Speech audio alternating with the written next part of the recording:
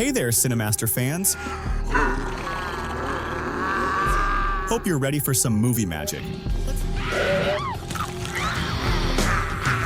Let's dive right in. The film begins mid-flight on a journey from Los Angeles to Paris. The cabin buzzes with chatter as flight attendants excitedly discuss their plans for when they land in Paris. However, amidst the usual calm of the flight, co-pilot Randy becomes curious about the oddity of the cargo they are carrying. It is a large, heavily guarded shipment, overseen by a man in full protective gear and armed with a weapon. Unable to ignore the mystery, Randy asks the pilot, Ray, about the strange cargo. Ray, his expression unreadable, admits he knows little more than Randy. He explains that the cargo is highly classified, but if anything goes wrong, they are instructed to contact Dr. Bennett and Dr. Sebastian, two first-class passengers on board. Ray reassures Randy, urging him to focus on their primary responsibility, flying the plane. As their conversation ends, a flight attendant named Megan enters the cockpit with a tray of coffee for the pilots. She casually asks Ray if it's true that he plans to retire after this flight. Ray, with a knowing smile, confirms that this will be his final journey as a pilot, as he is ready to retire and spend more time with his family. Meanwhile, in the cabin, a mix of unusual passengers adds to the tension. Among them is Officer Truman, a no-nonsense cop escorting a prisoner, Frank, whose cold demeanor heightens the unease. A young couple, Peter and Kara, sit nervously exchanging quiet words, while Tony and Dabby, seemingly out of place, keep to themselves. At the front of the plane, professional golfer Billy Freeman and his wife Anna try to relax, though the strain of the flight shows on Billy. In business class, the atmosphere is tense. Dr. Bennett, Dr. Sebastian, and Dr. Lucas, all seated in first class, are locked in an intense debate about the mysterious cargo. The tension is palpable as they argue over what to do with the shipment, the contents of which remain unknown to most passengers. In the cockpit, Ray notices a storm brewing in the distance. His calm but firm voice comes over the intercom, reassuring passengers to remain calm despite the upcoming severe turbulence. As the storm hits, the plane shakes violently, making it difficult for passengers to stay seated. Suddenly, the chaos escalates. One of the cargo items breaks loose, crushing the guard's leg with brutal force. His scream pierces through the turbulence as the injury leaves him severely wounded. At the Pentagon in Los Angeles,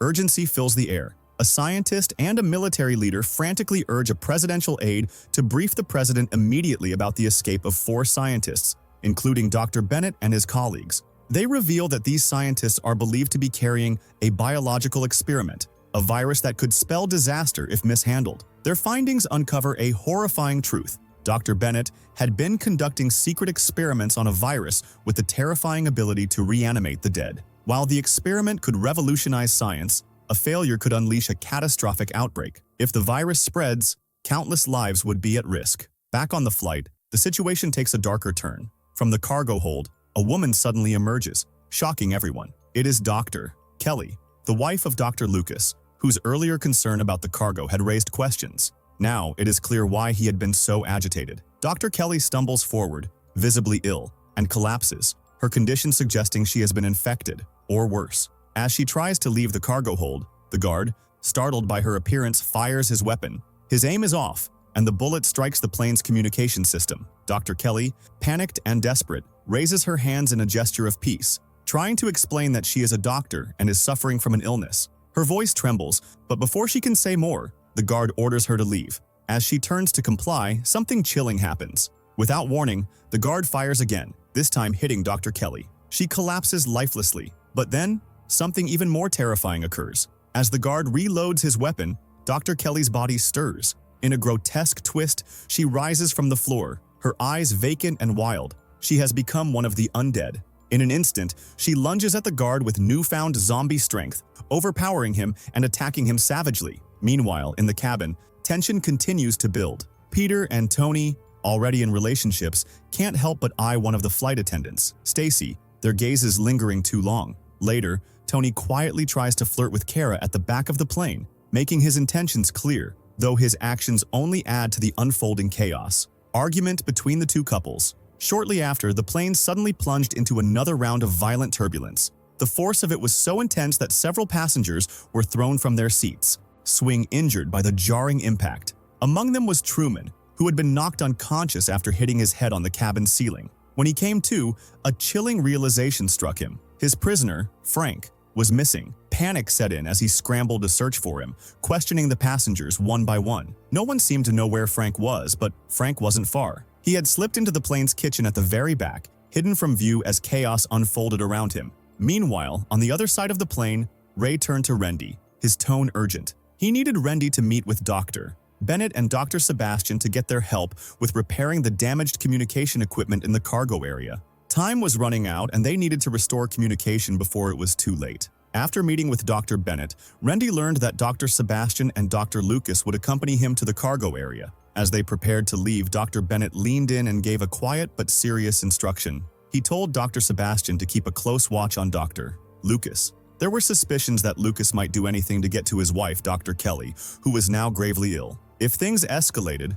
Dr. Bennett made it clear. Dr. Sebastian was to eliminate Dr. Lucas first, no questions asked. Rendy and the others wasted no time, rushing into the cargo room, only to realize something was horribly wrong. The guard was gone, and Dr. Kelly was no longer there. As they cautiously searched, the horror of the situation became clear. Dr. Kelly and the guard had both transformed into zombies. Without warning, they attacked Dr. Sebastian and Dr. Lucas, their grotesque forms moving with unnerving speed. Despite their attempts to fight back, Dr. Sebastian and Dr. Lucas were overwhelmed, unable to escape the deadly assault. Terrified, Rendy quickly sprinted back to the cockpit, his mind racing with fear. He rushed to inform Ray that the cargo they were carrying contained zombies. The creatures had attacked, and both Dr. Sebastian and Dr. Lucas were dead. Ray, trying to maintain control, dismissed Rendy's claim, suggesting he had to be mistaken. Zombies were nothing more than a fantasy, but Rendy was adamant. His fear was undeniable as he insisted that the threat was real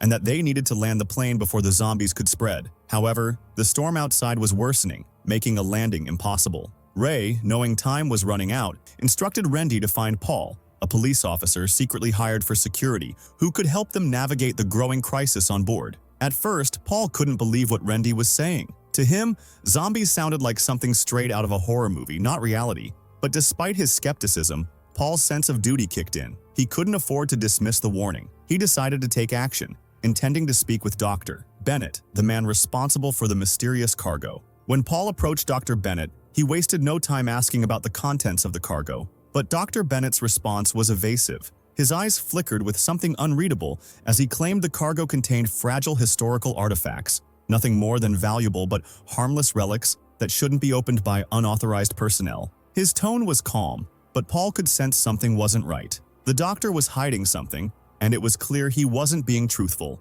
Meanwhile, back at the Flight Communication Center in Los Angeles, the situation was escalating. The Department of Homeland Security called in with urgent instructions. They ordered Ray's plane to return to Los Angeles immediately. But when the officer at the Communication End Center checked, he found that contact with the plane had been lost several minutes earlier. Back on the plane, Truman was deep in his search for Frank, his mind racing with the possibility that the prisoner was hiding somewhere on board. As he moved through the narrow aisles, he crossed paths with Paul, who suggested they head to the cargo area. Frank might be hiding there, and Paul was determined to help search. Armed and ready, they descended to the cargo hold. They carefully checked the space, weapons raised, but strangely, there was nothing. No sign of Frank and no zombies despite what Rendy had described earlier. The silence was unsettling, but they pressed on. That's when Paul noticed the open ventilation shaft. Without hesitation, he moved toward it, determined to investigate further. Suddenly, a figure lunged from the shadows. A zombie, hungry and vicious. Paul's reflexes kicked in,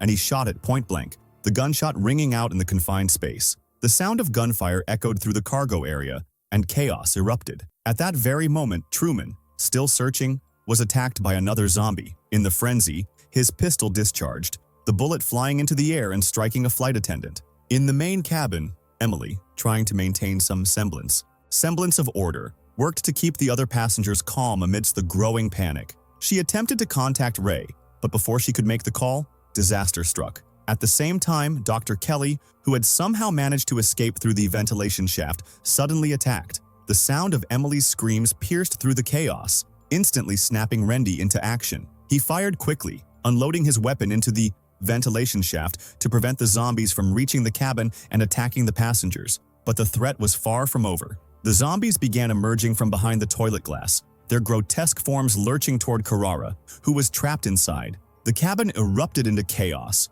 Peter and Tony, desperate to save Carrara, rushed to her aid, only to be attacked by zombies themselves. The violence spread like wildfire with the air thick with terror. While attempting to help, one of the monsters bit Saint. The scene escalated into a frenzy, the panic palpable as more and more passengers were dragged into the nightmare. Meanwhile, Megan, another flight attendant, frantically reported the situation to Ray. Her voice was shaken but clear. She described the attackers as the same kind of zombies Randy had warned them about earlier. Ray's face hardened as he absorbed the grim news. Without hesitation, he ordered Megan to calm the passengers, his mind already racing through emergency procedures. He was preparing for an emergency landing. While Randy worked to secure the ventilation, the chaos inside the plane reached a new level. Emily, now fully transformed into a zombie, lunged at him. She bit down hard, sinking her teeth into his flesh. Pain and terror surged through Randy as he fought to free himself, but the damage was done. He was severely injured. In the midst of the chaos, Dr. Bennett, terrified and desperate, pleaded with Ray to open the cockpit door. His fear of the outbreak was consuming him. He had to hide away from the growing wave of zombies. He didn't want to face the same fate. Suddenly, the plane was thrown into violent turbulence. The aircraft lurched, sending several passengers crashing to the ground. In the disorienting chaos, the zombies managed to break through the cabin floor. Within moments, one of the passengers became an easy meal. Their screams were swallowed by the madness. As the panic spread, Megan tried to escape the chaos, but she was confronted by Stacy, now fully infected, her eyes hollow with the hunger of the undead. Before Megan could react, Frank appeared just in time to save her. He shoved her away from Stacy, urging her to run. His tone was urgent, filled with the grim reality of the situation. It was clear that there was no time to waste. The entire economy class had succumbed to the zombie outbreak. In the front cabin, chaos erupted as a nun tried to save a passenger, desperately pulling them away from the zombies closing in. But the undead were too fast. In a horrifying moment, the nun was dragged into the throng, her leg violently ripped off as the zombies devoured her. The screams of those trapped in the cabin echoed in the chaos, but there was no escape. Meanwhile, far from the wreckage, military leader August received critical news from the Air Force Base. They had pinpointed the location of the plane carrying Dr. Bennett. With no way to establish contact with the pilot and the situation worsening by the second, August made the hard decision. The plane had to be destroyed, survivors or not. The outbreak on board was a ticking time bomb, and they couldn't afford the risk of it spreading. However, Vice President York hesitated, his moral compass pulling him in the opposite direction. He couldn't simply order the death of innocent lives, even if they were aboard a doomed flight. But the pressure mounted. Janssen, the scientific representative, argued coldly but rationally. If they didn't act swiftly, the virus would spread beyond the plane, and the consequences could be catastrophic. The death toll would rise exponentially. Reluctantly, York bowed to the greater threat, giving August the go-ahead to initiate the strike. Without wasting a moment, August contacted the Air Force, his orders clear. Destroy the plane carrying Dr. Bennett and whatever survivors remained. Dr. Bennett, ever the strategist, suggested they head to the ventilation room. He believed it would be the safest place to hide from the relentless zombies. The group moved toward the back of the plane, but just as they reached the rear, the plane was hit with another round of violent turbulence. In the chaos, one of the passengers was sent crashing into the economy class cabin, where the waiting zombies quickly overwhelmed him. Meanwhile, Randy, having been knocked out earlier, regained consciousness in the cockpit. Struggling to get his bearings, he asked Ray to open the cockpit door. When Ray complied, hoping to get some clarity on the situation, Randy's eyes were vacant and his movements were jerky. In an instant, he lunged at Ray, biting him in the neck. The transformation was complete. Randy was a zombie. With Randy now fully turned, the plane's controls were thrown into chaos. The autopilot kicked in, but the plane shook violently as the crew scrambled to regain control. Dr. Bennett was thrown across the cabin, landing in the cargo area, now a horrific nest of zombies. Trapped, he was overwhelmed and devoured by the very creatures he had helped unleash. As Truman and Paul fought desperately against the relentless tide of zombies, it became painfully clear that there were just too many to fight off. The undead poured in from every direction, pushing the two men to their limits. When they met Frank and Megan, they quickly joined forces, barricading the door with whatever they could find. But despite their best efforts, the makeshift barricade was no match for the sheer strength of the zombies. With ammunition running low and the situation growing more dire, Truman shouted at Megan, urging her to contact Ray. They needed the pilot to bring the plane down, but when Megan tried to make the call, there was no answer. The silence that followed was deafening. It was then that they realized the horrifying truth. Ray had already been consumed by Randy, who had turned into a zombie. There would be no help coming from the cockpit, just as despair started to take hold. A sound came from the ventilation shaft, soft at first, but unmistakable. It was Billy and Anna. They had somehow survived the case and the zombie attacks. With a mix of relief and urgency, they gathered with the others to discuss their next move. It was clear now they were the only 6 left uninfected by the virus. The group's plan was clear. They needed to get to the cockpit and try to land the plane. But standing in their way was the cabin, now swarming with zombies, and the path ahead was anything but safe. Truman knew they couldn't simply charge through the chaos. The first step was to retrieve the guard's weapon. He had spotted it earlier when he and Paul were in the cargo room. But the cargo room was no longer a safe space. It was now a zombie-infested nightmare. Determined, Truman shifted tactics. He began collecting chemicals from the cargo room, piecing together a makeshift plan. He could use them to create an explosion, a last-ditch effort to clear the path and take down the zombies that stood between them in the cockpit. After gathering the volatile ingredients, he moved toward the cargo area to retrieve the guard's weapon. As Truman fumbled for the weapon and ammunition, disaster struck. The explosion had done its damage, but a few zombies, somehow still alive, staggered toward him. They moved with predatory purpose, and Truman found himself surrounded. The smell of burning flesh and the growl of the undead filled the air as the situation turned critical. But Truman, refusing to succumb to fear, fought his way through the horde. With a final desperate burst of energy, he managed to break free from the cargo room, clutching an SMG and a stash of ammunition. As the tension in the cabin grew, a jet appeared on the radar, its ominous silhouette cutting through the sky. Truman's eyes widened when he saw it, a clear sign that their time was running out. He immediately warned the group that the jet wasn't coming to rescue them. It was preparing to attack. Panic surged through him, but his voice remained steady. If they could somehow let the pilot of the jet know they were still alive, they might avoid being destroyed. But to do that, they had to get to the cockpit and use the communication system, and they needed to move quickly. Without wasting another second, they charged into the cabin, weapons raised, ready to fight their way through the sea of zombies. But the sheer number of undead attacking from every angle made it nearly impossible to move forward. The chaos was overwhelming. In the madness, Billy and Anna were both bitten, yet another blow to their dwindling hope. With time slipping away, Billy, bloodied and desperate, urged Truman and the others to keep pushing toward the cockpit. He and Anna would try to lead the zombies away, buying them precious moments to escape. Despite their injuries, they moved toward the front of the plane, drawing the zombies away from the others. But it wasn't enough. As they were surrounded by the relentless horde, Billy made a gut-wrenching decision.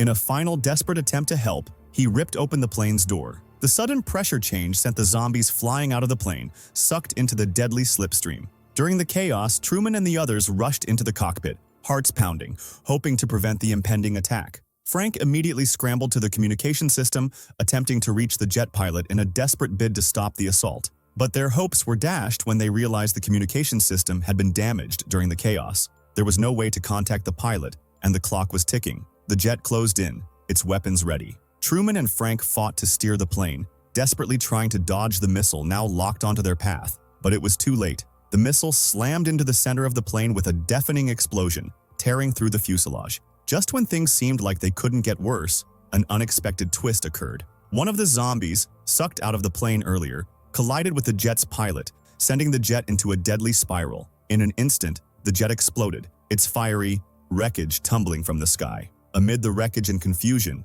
Truman and Frank fought to maintain control of the plane. Despite the damage and chaos, they managed to land it safely, their bodies bruised but alive. In the aftermath, Truman, Megan, Paul, and Frank set out on foot, hoping to reach the nearest town. Their bodies, fatigued and starving after the relentless battle with the zombies, hungered for something as simple as a meal. But as they walked, unaware of the danger still lurking, they failed to realize that a few zombies had survived the crash. The deadly outbreak wasn't over, and if these survivors reached the town, the virus could spread again, this time with devastating consequences for humanity. The film ends. I hope you enjoyed it as much as I did. If you did, make sure to subscribe for more awesome content. Thanks for watching.